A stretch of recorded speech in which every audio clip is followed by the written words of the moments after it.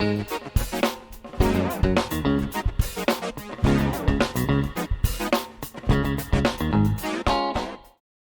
well, for me, what's really hard is like when, you know, like people are talking about you. And then it's really hard for me to like just like, okay, it's fine, you know, who cares? It's like nothing to me. But like, I didn't juga mau like judge them, you know? It's like, why are you guys talking about me? Look at yourself. And I find that really hard. And that's like what's really stopping me from being set apart, I guess. I see.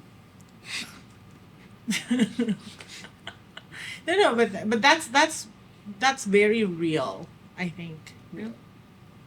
Any other challenges, do you think? Titus, as a full-grown adult? I mean, for discussion, I was actually thinking about the conversation we had at SOAP last week about girl code. Oh. Ooh, what? Yeah. Yeah, no, because like I mean that's new for me because I've as a guy I've never thought about it that way, but I think Because I guess you're a guy. yeah, exactly. You didn't know the girl code.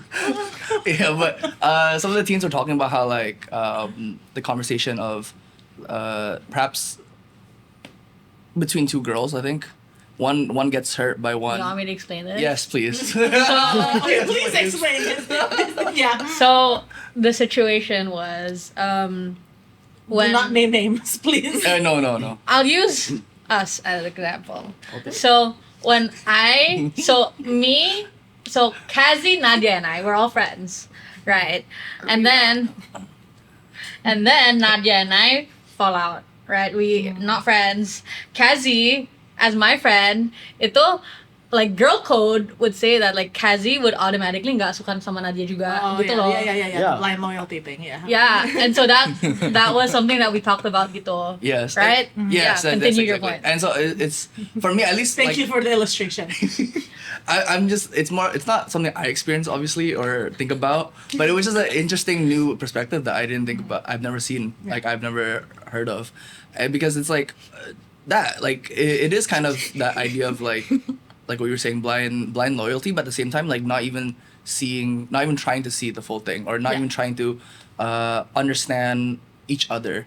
I think that is the not set apart part. Yeah. That is what the world wants us to like do and like hurt each other that way or shun each other that way. But I think the full picture that we get to live in is this family of Christ. Yeah. And that doesn't mean we get to shun somebody out because of falling out or of a certain hurt. And I think that is a challenge that I guess if that is something girls experience, there's a lot of girls out there that experience that.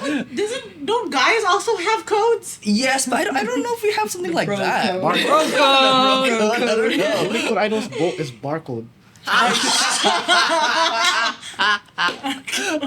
Funny. This is Thank why you. I invited him here. Yes. No, I love Moses. He says No, but I think great that's things. that's when you have to ask yourself, right?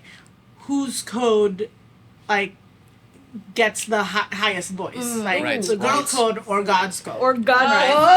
and not only that, I think sometimes even we get blinded by the thought process there because sometimes it's like, oh, this is a good thing, or like what Moses was saying, like, oh, sometimes you might have a friend who doesn't believe in God and he's a good person, and I think that's okay to have and that's good to have. Yeah. But it's also like, how do they influence you in your values? Yeah. Because do they share the same values? Even though they might experience life in a good way and they share in goodness and kindness, I think it's also this idea of like, okay, where does the value lie? And even in a bro code or girl code, it might be a positive thing.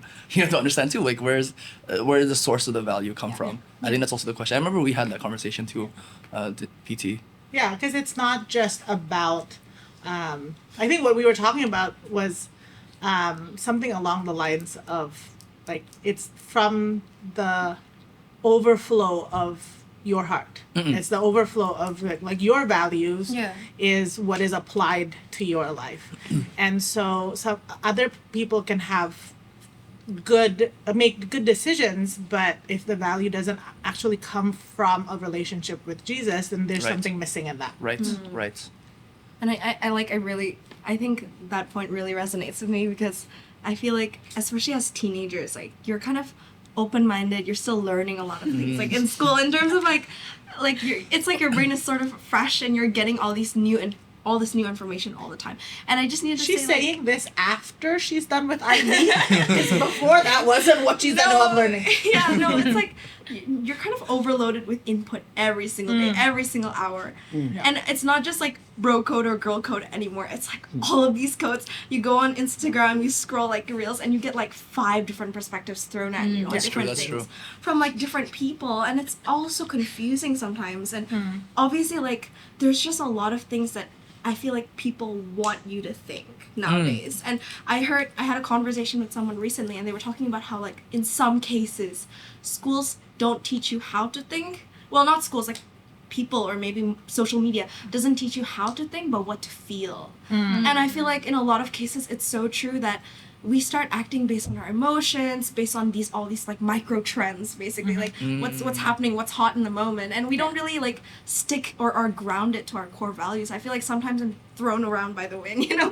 I don't like rooted in anything, and it's so hard to stick to a value when you're getting all of these different things thrown at you and you're just overloaded by them. I think. We talked about it in a live group too, no? Like last Yeah, like week. how broken the world is and how like it's hard to keep Yeah, up with that live group session went like really deep. Yeah, That's good. No, but I think that this is actually something that I was reminded in the last week or so. I was listening to a speaker speak, and she was saying, the importance of making time for God in the morning, like the first thing you do before you scroll on Instagram, things like that. Because this is what she asked, like, why would you want other people's fingerprints on like your mental slate before God's? And so I was like, oh, that's really good. But any other thoughts? What's a God code? Like, meaning like what God expects of you, like God's way, not an actual code. Oh. Values. Values. Christian. Oh. Like code of conduct, not like deciphering code. What's a conduct? Oh, okay. Never mind. You can explain in the next life group session. Any other challenges as a teenager?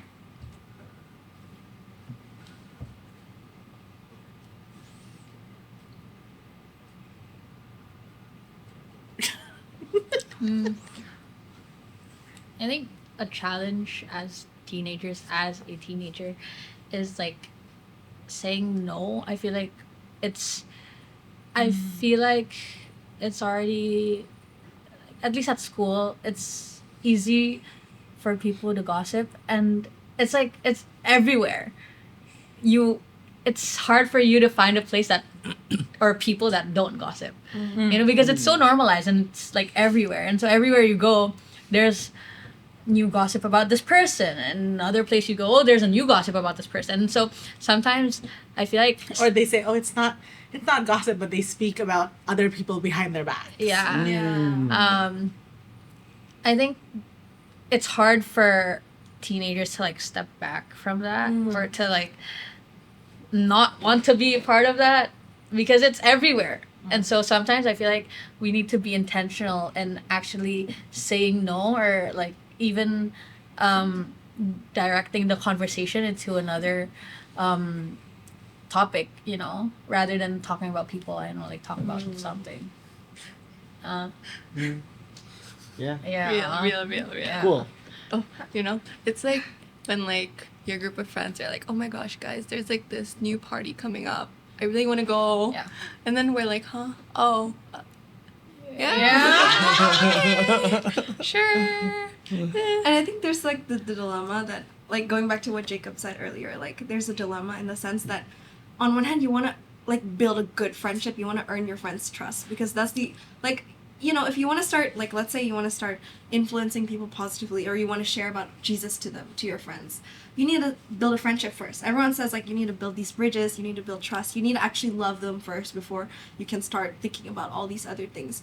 But in order to win their trust, sometimes it feels like you have to sort of like participate in some of these activities in a sense, right? You need to like build some sort of you need to build a good vibe with them. And so if you're from the get-go being like, okay, I'm not gonna go to parties with you. I'm not gonna gossip with you. It just sort of, how do you do it without sounding like you said earlier, kind of like standoffish, and you're just isolating them and pushing them away instead of actually bringing them closer. Yeah, like holier than thou attitude. You know, like it just pushes people away, and then you can't actually keep them accountable or be a good friend to them, and that's hard.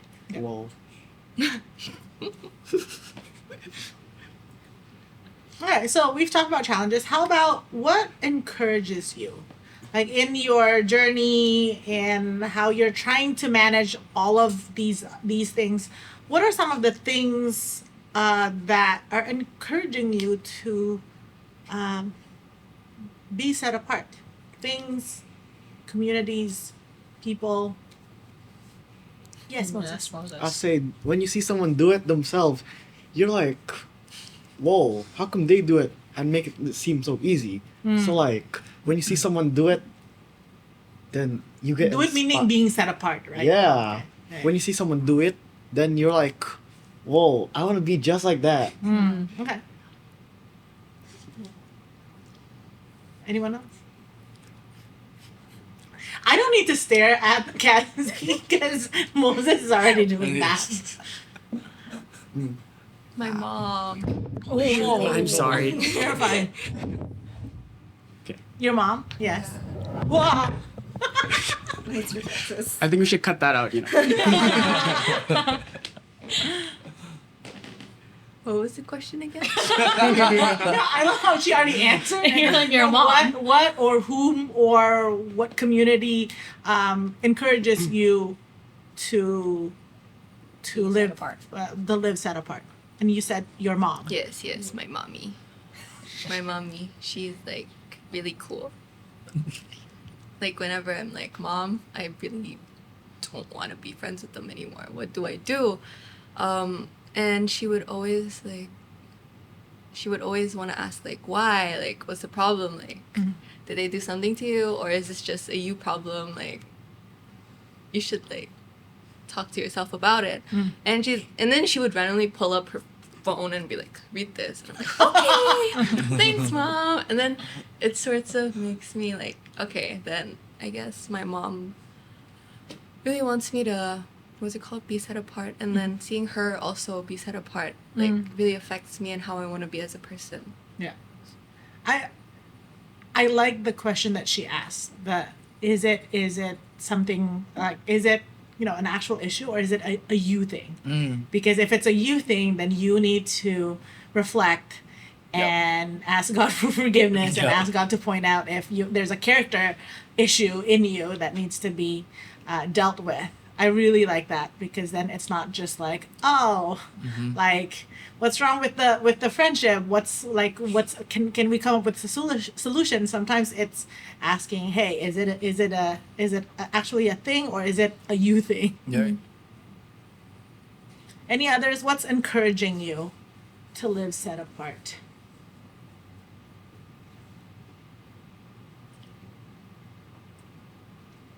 Oh, okay.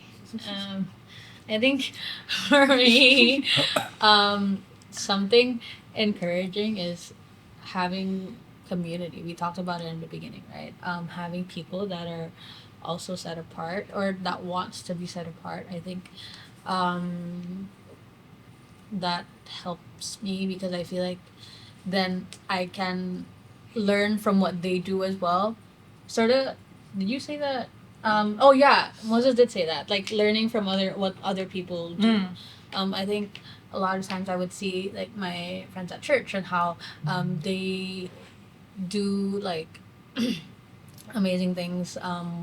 Like they're kind towards people that sometimes or like they have the patience to actually deal with people that I don't have, and sometimes like learning that I won't say skill, but like that value that they have of like patience and self-control to like not talk about people or something like that is something that encourages me. Yeah. Like, yeah, learning from other people that are also set apart. Anyone else? I think you should go, Moses. Me? You've been staring at me. Hey, I did it already. We did. Right. Right. I think she goes second time. I have one last question. Since y'all are part of soap groups, life groups, so give a little bit of shout out to people who are considering wanting to be part of a community like that, like a life group or a soap group, but they're afraid or they're intimidated or or they're like, I don't know, should I not? So this is your chance. We can take a clip of this and then send it to them. I'd like to give a shout out to a couple of my friends. I'd like to shout out Joel, Jolie, Ethan Sriwijaya, right? That's his last name, right? Which one? All right, Ethan Suwandi. His little brother, what's his? Irvin. Nobel. I'd also like to shout out, Kyle, like a bunch of my friends from school. Just come, okay? Just come. Okay, and then we can play FIFA afterwards. Yeah. Girls. Oh, right. Like, what? Okay, so shout out to all the girls who are unsure or maybe on the fence whether they should join a life group. You should totally join a life group. I was unsure too at first because it's on Friday night, and Friday night it's like, after a long week of school, so tiring, but it's actually not tiring. It's very like mentally and physically nourishing because there's a lot of food. There's a lot of fun. So come to life group. What's the NSYNC? What's that? Right, Kathy? Yay! Oh, And you get this cool shirt. We have a cool shirt. Explore yours. It says Ogre Achievers. Because that's all of us. I need to be on the podcast. I want conference. So the girls' life group has the Ogre Achiever because they are overachievers. And then we gifted Titus's life group with a shirt that says Fart Squad. Hey, who are you gonna shout? there's a Shrek theme going on. This is what we were. Anyway, I think we're done here. Thank you guys so much for being here, for sharing, for staring, all of the above. Thank you so much for joining us. We will see you next week on another episode of Take a Beat, so don't miss a beat. Bye. Which camera? Let's do the lines and on. Which camera? Bye bye.